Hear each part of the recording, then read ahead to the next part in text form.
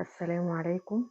في الفيديو ده إن شاء الله هنعمل فيه الحواوشي في العيش البلدي، وهقولك ازاي تسويه من غير ما ينشف خالص وازاي تطلعيه باللون ده. عندي هنا نص كيلو من اللحم المفروم، 3 بصلات متقطعة بالمنظر ده، وملح وفلفل أسمر ومعلقة كبيرة من السبع بهارات. عندي الكبة هنزل فيها باللحمة. تمام، لو عايزة تعمليها على ايدك مفيش مشكلة.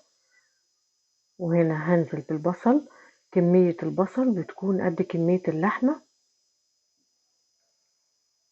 دول 3 بصلات كبار. وهنا ملح وفلفل وبهار مشكل، عندك بهار حواوشي. تمام، ضربتهم عندي في الكبة بالشكل ده. عندي هنا العيش البلدي،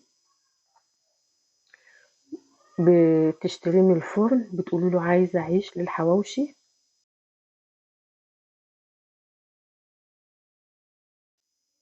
طبعا حجم الرغيف زي ما انت عايزة رغيف صغير عايزة كبير. تمام، باخد عندي الحشو بالشكل ده. كمية الحشو بقى زي ما انت عايزة. تمام، نفرد اللحمة برغيف كويس بالشكل ده.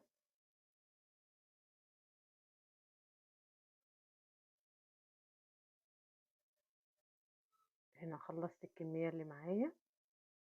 عندي بقى طاسة على النار أكون مسخناها، وهنزل فيها بمعلقة من السمنة. يفضل لو يعني يستحسن تكون سمنة بلدي أو أي نوع موجود عندك.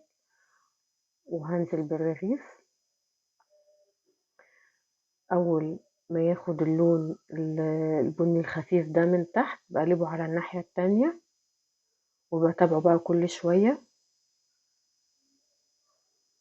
بقلبه على الناحيتين لحد لما ياخد اللون الذهبي. تمام، بياخد حوالي على النار 10 دقايق. لو انت عايزة تسويه في الفرن تمام. هنا خلاص كده اللحمة استوت.